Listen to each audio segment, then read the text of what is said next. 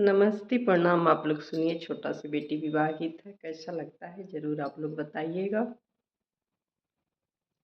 दोस्तों। धन्यवाद।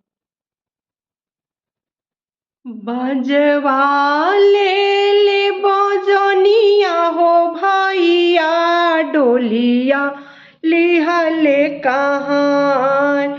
बाजावा ले बजनिया हो भैया, डोलिया ले कहाँ। छतवा लिहले अपना हो भैया, बहिनी संगवा जास। छतवा लिहले अपना हो भैया, बहिनी संगवा जास। जहाँ जहाँ रुकेला डोलिया, भैया देले समुझाय। जहाँ जहाँ रुकेला डोलिया, भैया देले समुझाय। पापा के कमैया हो बहिनी, आधा देब बाट। पापा के धनवा हो बहिनी, आधा देब बाट। पापा के धनवा हो भैया, तोहरा के बाड़। पापा के धनवा हो भैया, तोहरे के बाड़। हम पर देसी बहिनिया सिंदूरा के आस।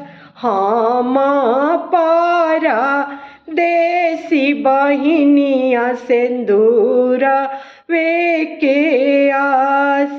फिरी जाहू फिरी हो जाहू भई हमार।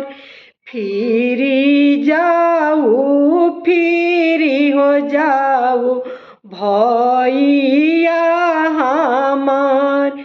घरवा मम्मी रोवता होई है, दीहा समुझाय। घरवा चाची रोवता होई है, दीहा समुझाय। बजवा ले बजनिया ओ भैया, डोलिया लिहले कहाँ। छतवा लिहले अपना भैया, बहिनी संगवा जास।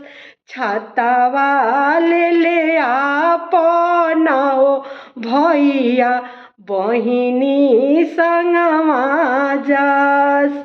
छतवा लिहले अपना हो भैया, बहिनी संगवा जास। धन्यवाद दोस्तों, आप लोग सपोर्ट करिए मेरा।